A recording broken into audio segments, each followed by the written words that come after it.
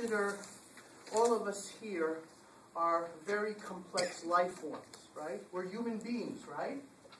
Yes? Yes. Okay? So for human beings, we have a very complex anatomical and physiological structure. Okay? Now, in the world of biology, in the world of life, and you know what biology is, right? If I say the word biology to you, it's actually made up of two parts. Biology, right, which is the study of life, right? Bio is life, logy is study of life, right? Now, when we're dealing with complex organisms, we have what is called a hierarchy of structure and function. Now, anatomy, as you know, if we use the term, just to go back a little bit, if I talk about anatomy, it's basically the study of structure. Okay? So anatomy is equal to structure. Okay? And when we talk about physiology, we're talking about function. We are going to talk about, during the course of the semester, we are going to talk about structure and function of the various organ systems that we're going to embark upon. Now, because we are complex organisms, there is a hierarchy within that complexity. Now, what do I mean by hierarchy? Well, let's go to the very, very simplest thing. In the universe, now I'm going to get a little esoteric here. You know what the word esoteric means? Have you ever heard of the word esoteric? I see a lot of blank faces. You're allowed to say no, okay? Esoteric means something that's far-flung, something that's a little high in the sky, okay? Esoteric means advanced, so to speak, okay? In the universe is made of matter. I don't care if you're on planet Earth or you're in the next galaxy, the universe, you know? The planet, the solar system, all that stuff, right? In the universe, all physical entities are made of matter, right? Okay? Everything that takes up space and has a certain weight to it, a physical structure, okay, is matter, okay? We're matter, the book is matter, the notebook is matter, this marker is matter. Everything that's physical around us is considered matter, M-A-T-T-E-R. And that matter has a certain mass to it. It has a certain intrinsic entity to it, okay? And this room doesn't have it, okay. But do you ever notice in the rooms here, they have a periodic table of elements? Yeah. And you have all the elements of the universe, like sodium, potassium, hydrogen, helium, neon, argon. You understand? Chlorine, right? All these elements of chemistry makes up matter. And these elements of matter are signified by atoms, right?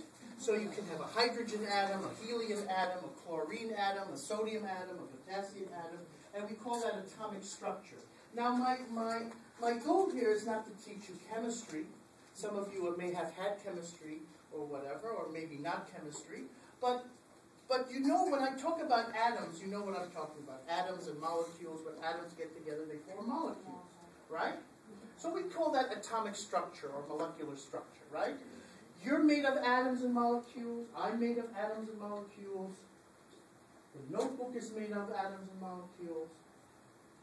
The pocketbook is made of atoms and molecules. So you can take an entity that's living or non-living, and they're made of atoms and molecules, right? Yes. So when we talk about the hierarchy of structure of living and non-living things, we're talking about atomic structure, or otherwise known as chemical structure, right? It's chemical. When we say the chemical level of organization, we're talking at the atomic molecular level. And when we're talking at the atomic molecular level, it could be a living entity or a non-living entity. It makes no difference, okay? Because all matter in the universe, whether it be living or non-living, is made up of atomic and molecular structure, right? Chemical structure. Good. Okay? So that's the first level. That's the ground level, atomic and molecular structure. Now, we deviate a little bit because now the next level in this hierarchy is called cellular structure and function. Okay? Now, all living things in the universe, as far as we know, okay, I don't know what goes on planet Mars, or Saturn, or Pluto, or in Alpha Centauri, or any of those places out there in space. All living things, all living entities, as we know it here on planet Earth, are made of cellular structure and function. Okay? So what am I saying by that? What I'm saying is that the basic denominator of all living entities means that they all have cellular structure. Does a giraffe have cellular structure? Of course it does. Does a monkey have cellular structure? Yes? Okay. Does a rat have cellular structure? Do humans have cellular structure? Of course. Does a bacterium have cellular structure? Of course. What about a table? A table has cellular structure? A table? Of course not. It's an inanimate object. It's non-living, right? Your book, does it have cellular structure? Of course not. It's not a living entity. Does this computer have cellular structure? Of course not, because it's not living. If it's living, it's got to have cellular structure. You follow? So in this hierarchy, we start off with the atomic chemical level because all living and non-living entities have atomic and molecular structure. But now the next level is when we get to life forms.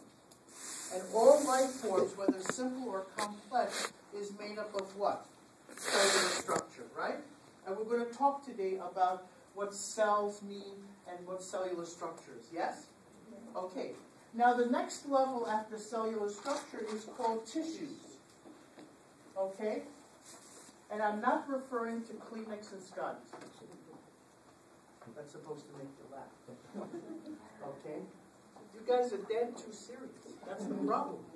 I got to lighten you up. Okay? You're just too damn serious. Okay? All right. You'll see as the semester progresses, I have a very weird sense of humor.